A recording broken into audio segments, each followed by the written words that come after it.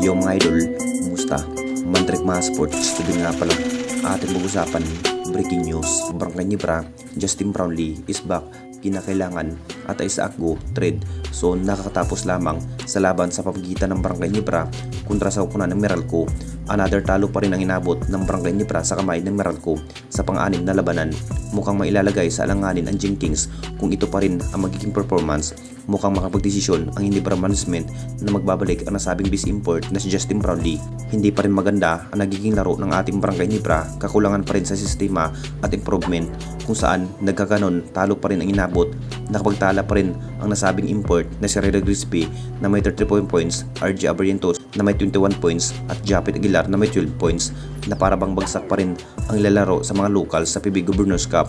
Ang karapat-dapat na nga ba na magbabalik ang nasabing bis import na si Justin Brownlee para ipresenta ang Barangay Nibra?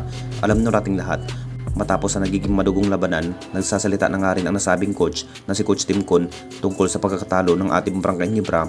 Ini-expect ang nasabing coach na magagawa sa bagong import ang kanyang ginampan ng roles. Ito pa rin ang dahilan kahit nakapagtala na may 30 points, hindi pa rin maganda ang pagkakatamdim sa mga locals kung bakit nakapagdesisyon last game itong si Ryder Grisby kontra Meralco.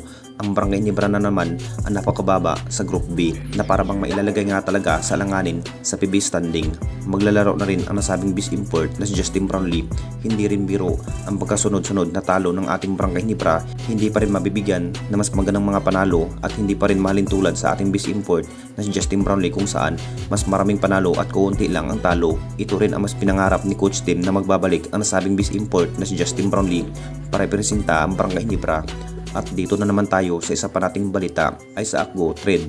Isa pa rin ang nasabing big man at wala pa rin gaanong makakaambag sa bawat labanan dahil maikli lamang po ang kanyang makukuhang playing time. Kung titignan nating lahat mga idol, si Japet Aguilar lamang po ang mas mabibigyan na mas mahabang-habang playing time. Maraming mga big man sana ang Barangay Nibra tulad kay Isaac Go at Kmart Carreño, pero nagmukhang bins na nga lang ng Barangay Nibra. Ang plano pa rin ng ating Jenkins, magagalaw na nga ba ang kanilang chemistry sa PB Governors Cup, at lalo na bagsak pa rin ang magiging performance na sa panghuli sa PB standing ang Barangay Nibra sa Group B.